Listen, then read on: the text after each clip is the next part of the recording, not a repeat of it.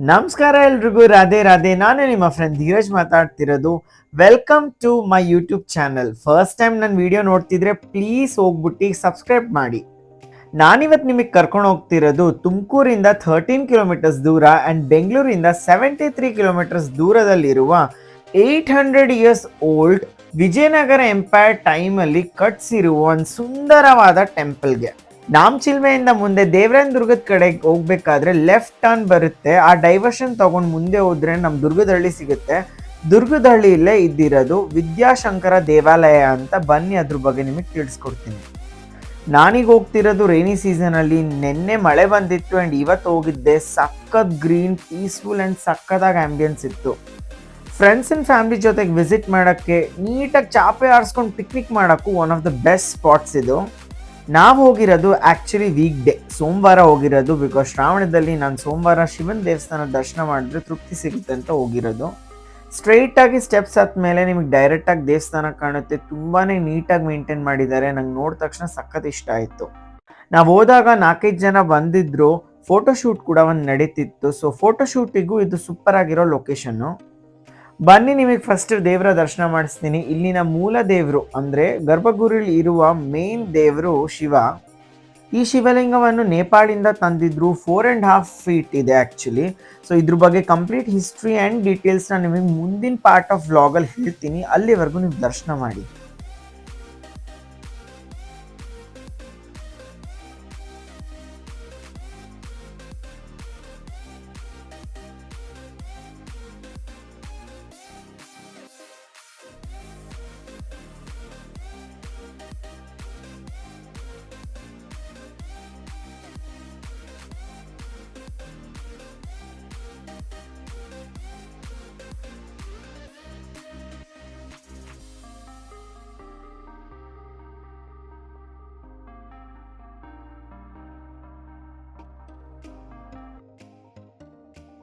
Okay, so ನಾವು coming back to the history. ದೇವಸ್ಥಾನದ ಬಗ್ಗೆ ಒಂದಿಷ್ಟು ಮಾತಿಗೆ ಹೇಳ್ತೀನಿ, ದಯವಿಟ್ಟು ನೀಟಾಗಿ ಕೇಳಿಸ್ಕೊಳ್ಳಿ. Because history is really important.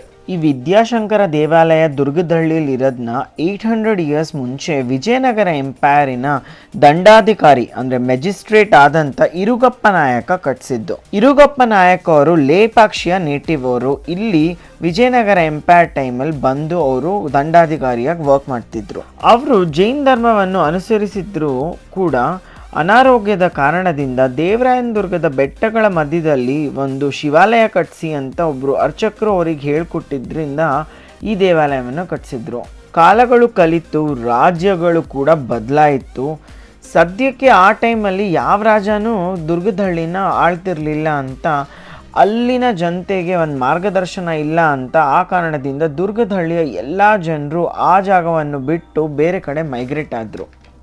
ಸುತ್ತಾಡ್ತಾ ಏನೋ ಮಾತಾಡ್ತಿದ್ದೀನಿ ಅಂತ ನೀವು ಅಂದ್ಕೊತಿದ್ರೆ ಆ್ಯಕ್ಚುಲಿ ಮಾತಾಡ್ತಿದ್ದೆ ವಿಷಯ ಹೇಳ್ತಾ. ಬಟ್ ಮೈಕು ಸ್ವಲ್ಪ ಇಶ್ಯೂ ಆಗಿದ್ರಿಂದ ನಾನು ನಿಮಗೆ ತಿಳಿಸ್ಕೊಳಕ್ಕಾಗಲಿಲ್ಲ. ಸೊ ಸಪ್ರೇಟಾಗಿ ರೆಕಾರ್ಡ್ ಮಾಡಿ ಈಗ ಹೇಳ್ತಿದ್ದೀನಿ.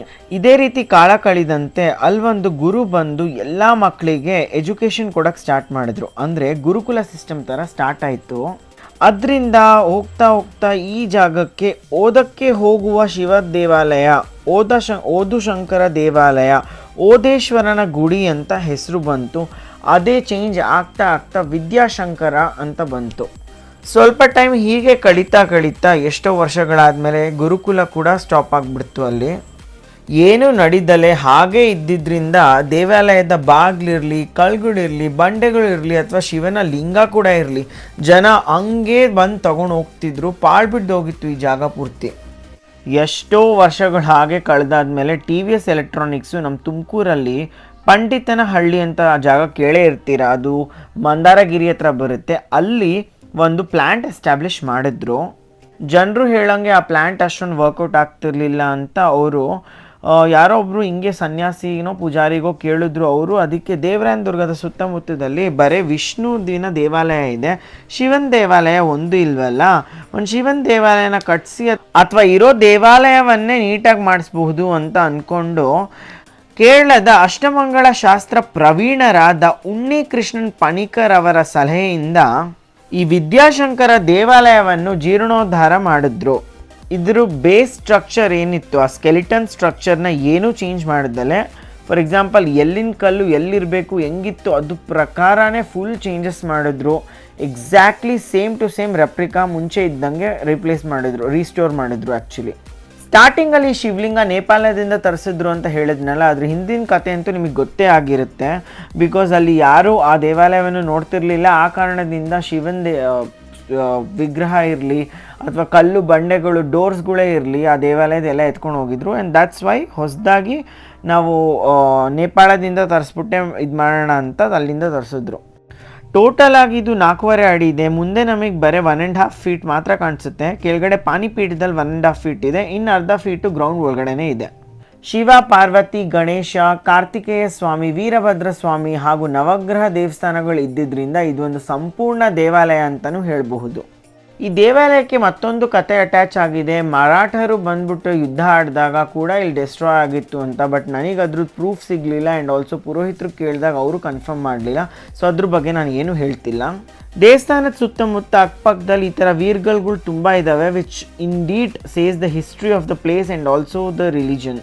ಈ ಥರ ನಾಗರಕಟ್ಟೆ ಕೂಡ ಇದೆ, ತುಂಬಾ ಬ್ಯೂಟಿಫುಲ್ ಆಗಿರೋ ಸರೌಂಡಿಂಗ್ಸು. ನೀವಂತೂ ಒಂದ್ಸತಿ ವಿಸಿಟ್ ಮಾಡಲೇಬೇಕು. ಘಾಟಿ ಸುಬ್ರಹ್ಮಣ್ಯ, ನಂದೀಶ್ವರ ದೇವಾಲಯ ಹಾಗೂ ಈ ವಿದ್ಯಾಶಂಕರ ದೇವಾಲಯ, ಈ 3 ದೇವಾಲಯವು ಒಂದೇ ದಿಕ್ಕಿನಲ್ಲಿದೆ. ಈ 3 ದೇವಾಲಯನ ಒಟ್ಟಿಗೆ ವಿಸಿಟ್ ಮಾಡಿದ್ರೆ ಒಂದೇ ದಿವಸದಲ್ಲಿ ತುಂಬ ಚೆನ್ನಾಗಿರೋ ಫಲ ಸಿಗುತ್ತೆ ಅಂತಲೂ ಹೇಳ್ತಾರೆ. ಐ ಹೋಪ್ ನಿಮಗೆ ಈ ವಿಡಿಯೋ ಇಷ್ಟ ಆಯಿತು. ಇದೇ ರೀತಿ ನಮ್ಮ ತುಮಕೂರು ಹಾಗೂ ಸುತ್ತಮುತ್ತಿನ ಕಂಟೆಂಟ್ಸ್ಗೆ ನನ್ನ ಪೇಜ್ನ ಫಾಲೋ ಮಾಡೋದು, ಸಬ್ಸ್ಕ್ರೈಬ್ ಮಾಡೋದು ಮರಿಬೇಡಿ. ಐ ಹೋಪ್ ನಿಮ್ಗೆ ಇದು ಇಷ್ಟ ಆಯಿತು. Thank you so much. Radhe Radhe. See you in my next vlog.